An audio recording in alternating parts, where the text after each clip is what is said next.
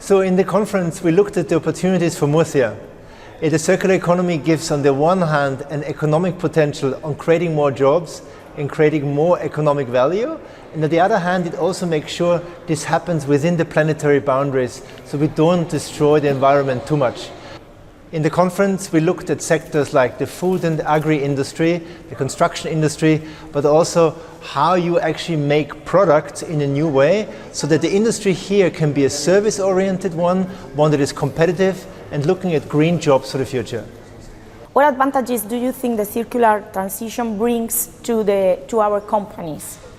You know, a transition always comes with advantages and disadvantages. And I think we are seeing a big transition in Europe in the next 5 to 10 years. The question is now, are you on the side of the winners, so that ones that see the opportunity, or on the people who are losing out in the transition? Because I believe we need a green reindustrialization of Europe, and Murcia is playing a very important role. You have here a very strong agri-food industry, you have a manufacturing industry, you have a chemical industry, and I think now the entrepreneurs that are coming also to this conference and that will seize the opportunity, because people in Spain are very entrepreneurial, they will be very successful in the future. And it's one thing they will all need to do, which is collaborate, because in the end of the day, the circular economy will only show its full potential if all people in the value chain come together and look for this real added value for the whole economy. Mm-hmm. The overall economy is only 2.7 into circular, less than the previous years. And do you think we are doing things right, or what do you think are the main levers to make the committed to circularity a reality? You know, that the fact that in the last 2, 3, 4 years we have seen the circular economy rate of the whole planet, of the world economy, go down. And that's not a good thing. It went down from 9 to 7%. That means over 90% we are destroying resources every single year. This is not a good sign. Why is it not a good sign? From an environmental perspective, for sure, but mainly also from an economic perspective.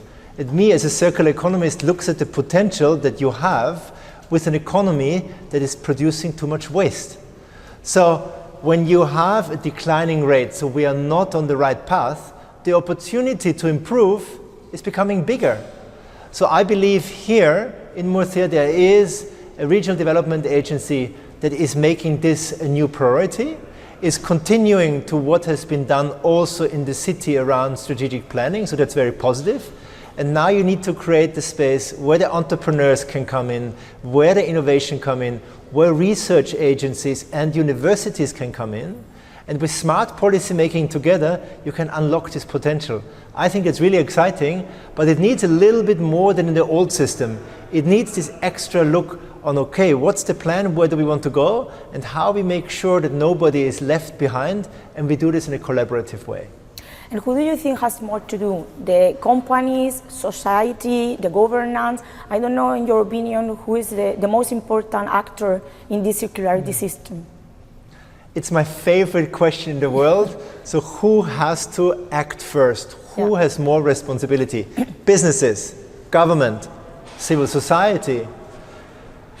And honestly, I'm not a person that likes to point fingers, but I think we all have to do this, start with ourselves, because it needs all these three parts. It needs the government to say we want to ensure the circular economy is happening. That's why we want to give incentives. And we will cut the red tape, everything that is not useful for it anymore. It needs the businesses to step in and say, we are taking this risk. We are entrepreneurs, we are innovators. We want to fill that space and make this region come up on the circular economy map.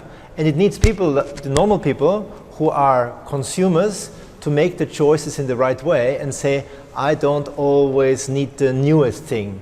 I can also live with reuse. I can share resources, and I want to invest and be part of this economy that should be more local and therefore also more stable in terms of jobs. So do you think it's easier to start in small places than to go to big cities or big countries? I don't know, in general, if you look at the world, what is going to start harder the circular economy? It's a good question where you best start, in a city or maybe in a region. I would say it's a place where people want to collaborate on this. So if you have a region here, Murcia, that says we're going to come together, bring the players together and deliver, fantastic. A city is sometimes a smaller and therefore a little bit more clearer space to start with. But I would not say it's necessarily easier. It needs the leaders to step up. So it can be a region, it can be a country, or it can be part of a city. But it comes from the willingness to collaborate, innovate, and really fundamentally change what we have been doing so far. Today we are here to speak for companies. Do you have any advice for them here in the companies in Murcia? I'm here to learn and to be inspired as much as to inspire. I've been working on this now really on all continents. And I think it will be again very interesting what we can discover here, because here is a hub for industries that don't exist in other parts of Europe. My only advice is be open to the potential transformation towards a green and circular economy, because I think that's the future of Europe. It's a potential future for Spain and also for this region. Okay, I think it's enough. Thank you very much. Thank you very much.